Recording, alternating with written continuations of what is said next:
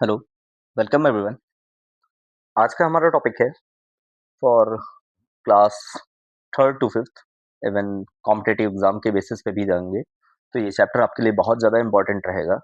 Chapter का नाम है टाइम एंड कैलेंडर। ये टाइम एंड कैलेंडर आपको थर्ड टू फिफ्थ क्लास में भी पढ़ाया जाता है। साथ ही साथ इससे रिलेटेड आपको कॉम्पिटिटिव एग्जाम में भी क्वेश्चंस देखने को मिलते हैं। ठीक है।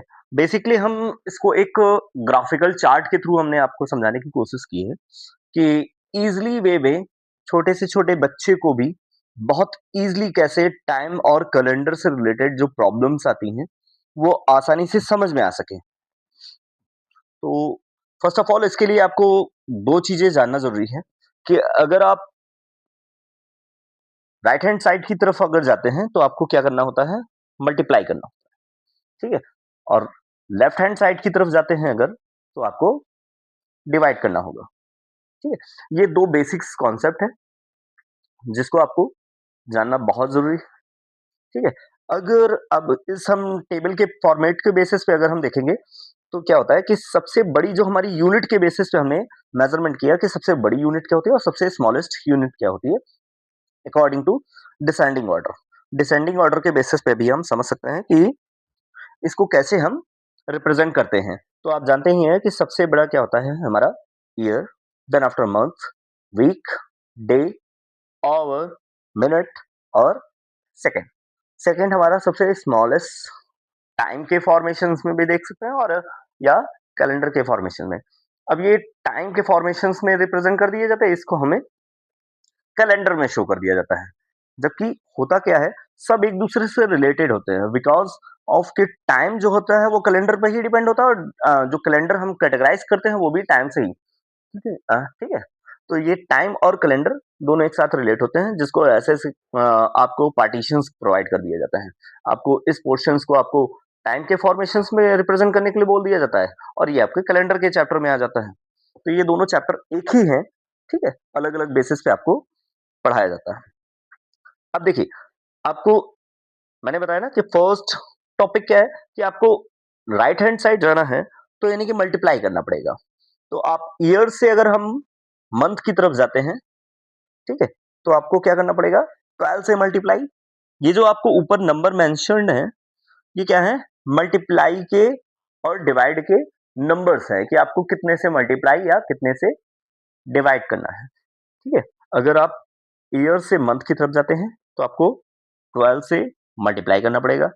इट मीन्स वन ईयर में 12 मंथ होते हैं और एक मंथ में कितने वीक होते हैं, 4। ठीक है। और वीक में, एक वीक में कितने डेज होते हैं, 7। ठीक है। इसी कॉन्सेप्ट को बेसिस पे हमने एक डिसेंडिंग ऑर्डर में एक स्मॉल चार्ट के थ्रू पूरे चैप्टर को क्लियर करने की कोशिश की है। ठीक है। और डे को अगर आवर में चेंज करेंगे तो हमें 24 आवर्स से मल्टीप्लाई करना पड़ेगा। आवर को हम मिनट में अगर चेंज करेंगे तो 60 से मल्टीप्लाई। मिनट को अगर हम सेकेंड में चेंज करेंगे तो भी 60 से मल्टीप्लाई।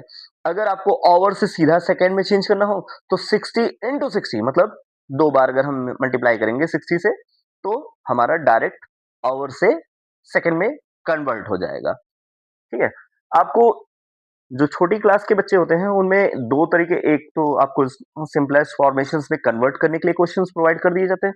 दूसरा ये होता है कि उसमें आपको बोल देते हैं तो एक एडिशंस और सब्ट्रैक्शंस के बेसिस पे यहाँ मिनट लिखा, यहाँ आवर लिखा, नंबर नंबर उसके नीचे लिखते चले जाते हैं और ऐड करना स्टार्ट कर देते हैं। वो तो चलिए एक अलग चीज है। लेकिन बेसिकली आपको इसमें भी एक चीज और देखने को मिलती है।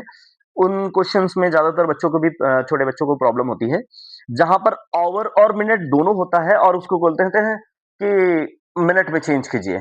तो आवर को हम मिनट में चेंज कर देते हैं और बाकी जो रिमेनिंग मिनट्स हमें और गिवन होता है एक्स्ट्रा मिनट, उसको भी हम क्या कर देते हैं, ऐड कर देते हैं। तो हमारा जैसे मान लीजिए कोई 2 आवर एंड 5 मिनट या 15 मिनट्स दिया है तो इसको हमें मिनट में कन्वर्ट करना है तो हम 2 आवर को मिनट में चेंज कर देते हैं। इट मीन्स 60 से मल्टीप्लाई 120 आपका मिनट प्रोवाइड हो जाता है और प्लस 15 अलग से दिया है तो इसको 15 को भी हम इसी में ऐड कर देते हैं तो आ जाता है 135 आपका मिनट। ओवरऑल जो मिनट हो जाता है वो 135 हो जाता है। ठीक है? तो आपको जो रिमेनिंग आपको मिनट प्रोवाइड किया गया है और बाकी आवर को हम सिर्फ मिनट में चेंज करते हैं। बाकी जो गिवन मिनट होता है उसको हम कोई एक्सक्यूजेस नहीं करते, उसमें कोई छेड़छाड़ नहीं करते। ठीक है? तो इस बेसिस पे अगर हम समझेंगे तो उसको जैसा का है वैसा रखने देंगे और आवर को सिर्फ मिनट में हम चेंज कर लेंगे और मिनट जो है उसको बाकी बचा हुआ मिनट उसी में ऐड कर देंगे। ठीक? इस बेसिस पे अगर देखें तो ये आपका पूरा चार्ट प्रिपेयर हो जाता है। ठीक है? और अगर आपको कई क्वेश्चंस देखने को मिलते हैं कि ईयर को हम डेज में चेंज करते हैं तो आपको 365 से मल्टीप्लाई होता है। अगर मंथ को हम डे में चेंज करते हैं तो आपको 30 से मल्टीप्लाई करना होता है। ठीक है? ये आपके 2 अदर कॉन्सेप्ट हैं। ठीक है? तो ये चीज़ आप पूरा चार्ट एक प्रकार से आप राइट डाउन कर लीजिए कहीं पे भी या समझ लीजिए इस कॉन्सेप्ट को और इससे रिलेटेड आपके जो क्वेश्चंस होते हैं बहुत ईज़िली सॉल्व हो सकते हैं for class 3rd to 5th के साथ-साथ बच्चे जो बड़ी लेवल के भी क्लास के बच्चे हैं या कॉम्पिटिटिव एग्जाम में भी टाइम और कैलेंडर से रिलेटेड जो क्वेश्चंस देखने को मिलते हैं, उसको भी ईज़िली जो है वो सॉल्व कर सकते हैं इस प्रोस्पेक्टर चार्ट के through. Okay, thank you for watching.